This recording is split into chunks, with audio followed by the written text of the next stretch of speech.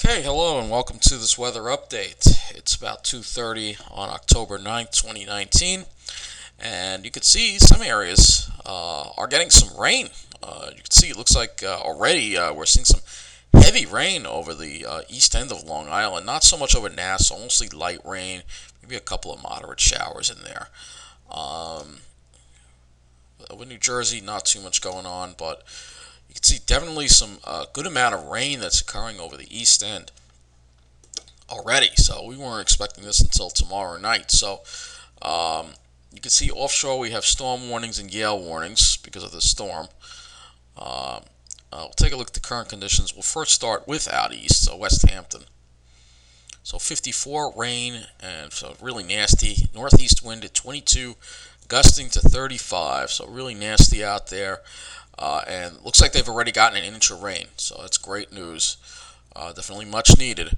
Um, and but if we go west to Islip, you see the numbers aren't quite as high with the rainfall.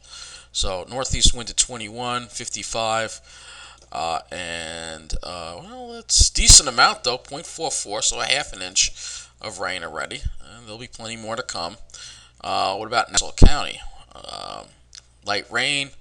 Yeah, well, Farmingdale, well, technically this is still Suffolk, but the closest site to Nassau County, other than JFK, northeast wind at 18, gusting to 23, 51 degrees, and not much rain here. So, not much rain, just a couple, not too much rain. As we go further west, we will check out JFK too, and you will see probably won't be too much rain there, so it'll probably be kind of dry. Let's see, 55 light rain, northeast wind 17, gusting to 25, and well, they've gotten 0.63 inches of rain. Okay, so that's pretty respectable. That's pretty respectable. Let's see what we've got at Ocean County, as if their weather website even works. North wind at 14, 54, light rain being reported, and they're not reporting any rainfall, but that sometimes that happens where it's just not working correctly. Let's take a look at Monmouth and see how much rainfall they've gotten. So 0.26 inches of rain. So everybody's getting some rain today.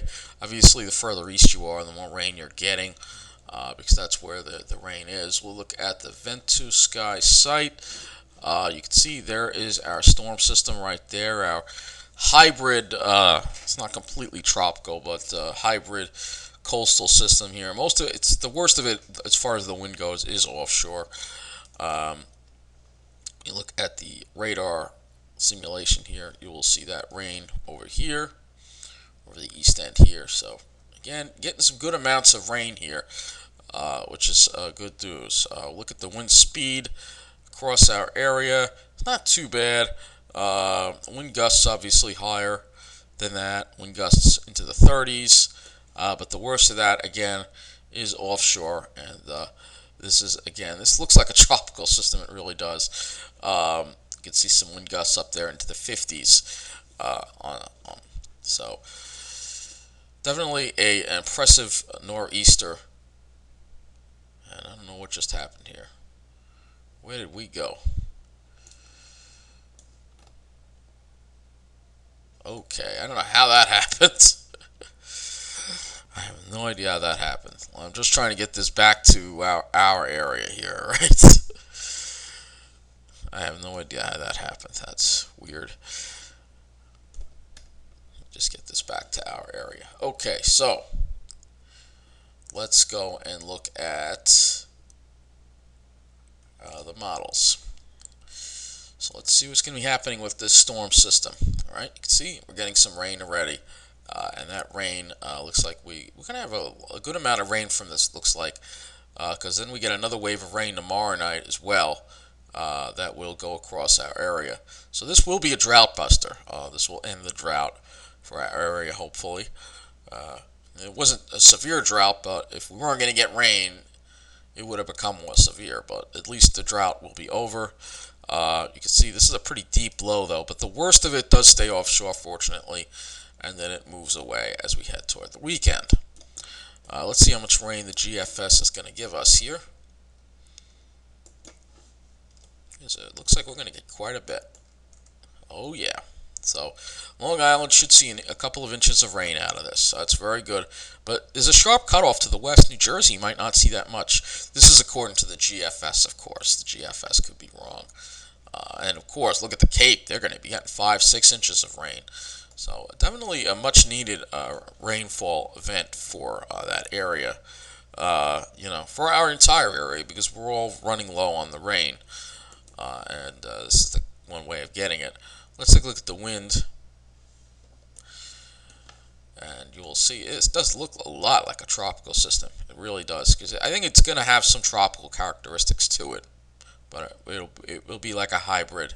But as far as the wind goes, again, GFS says the worst of it stays offshore.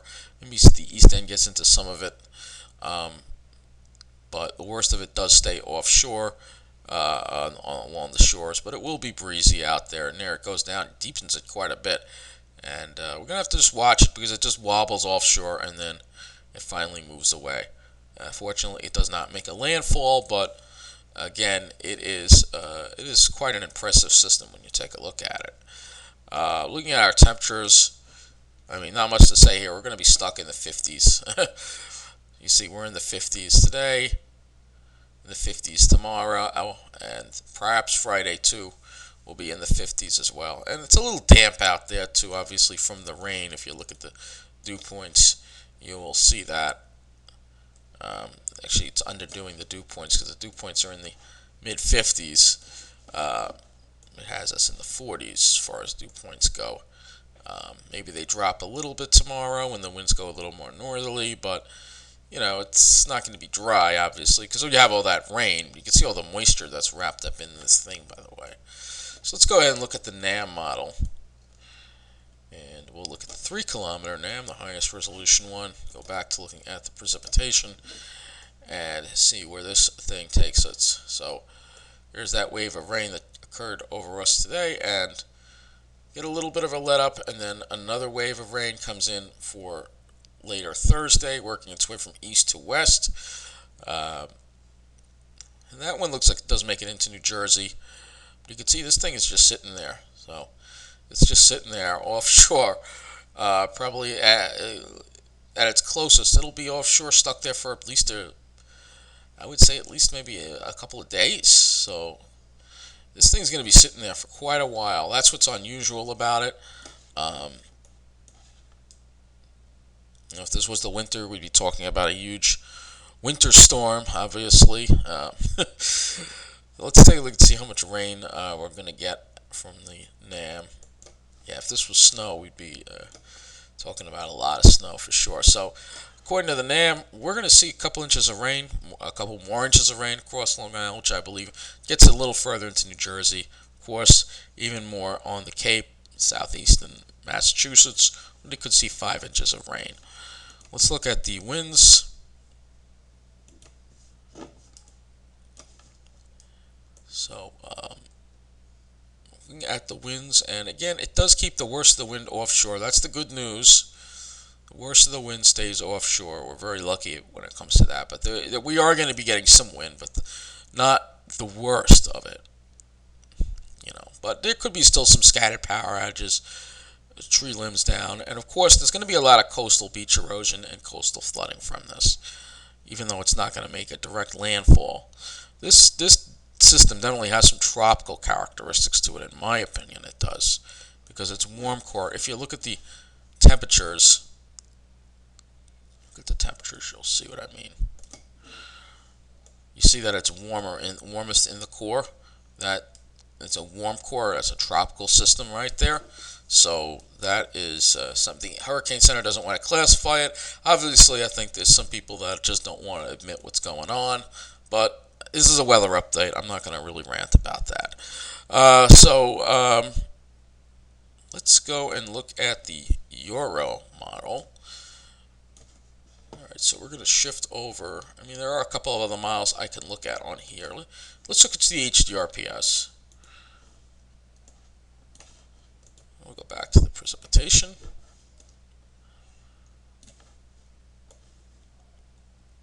Because there seems to be some disagreement here as far as the precipitation goes.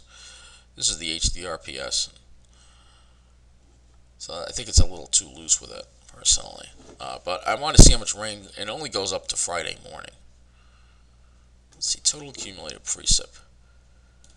Yeah, it has it getting over 2 inches, but then it cuts it off to the west, and I think that's wrong. So I don't think that's accurate at all. So I do want to go back to the damn 12 kilometer because this does go a little further out as far as how much rain we'll get. I think we'll see the highest amounts east.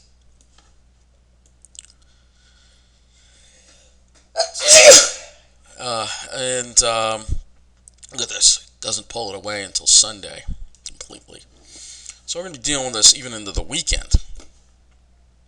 But I'm not going to go beyond that. I'm just focused on the current week with this storm that we're going to be dealing with. So let's look at the Euro model here.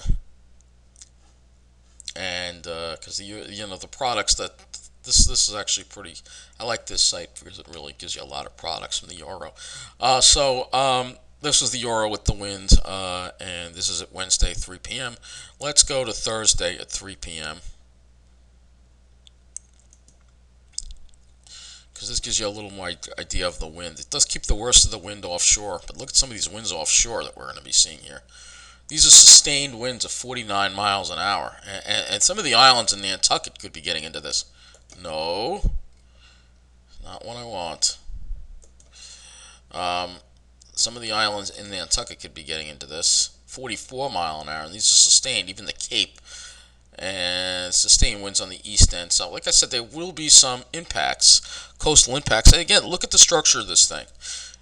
This is a structure of a tropical system, especially when you'll see there's hardly any wind in the center. All right, so that's what I'm saying. This has some tropical characteristics to it. All right, let's go and look at Friday at. Let's go to Thursday night at 9 p.m. because this thing is going to come a little closer to us. You can see it. Just the worst of it just avoids Long Island, luckily. All right, just avoids Long Island. But look at what you're dealing with offshore. These are sustained winds. All right, so you're dealing with tropical storm type conditions. 9 a.m. Friday. It's still offshore. It's still sitting off there. And again, you can see the further east you are. Like I said, I think the Cape is going to get hit pretty hard by this thing. Again, the worst of it avoids us. The worst of it does avoid as far as the wind goes. That's the worst of it, and then it finally pulls out. All right, but that's wind sustained. Let's look at the wind gusts because this is where it gets really impressive.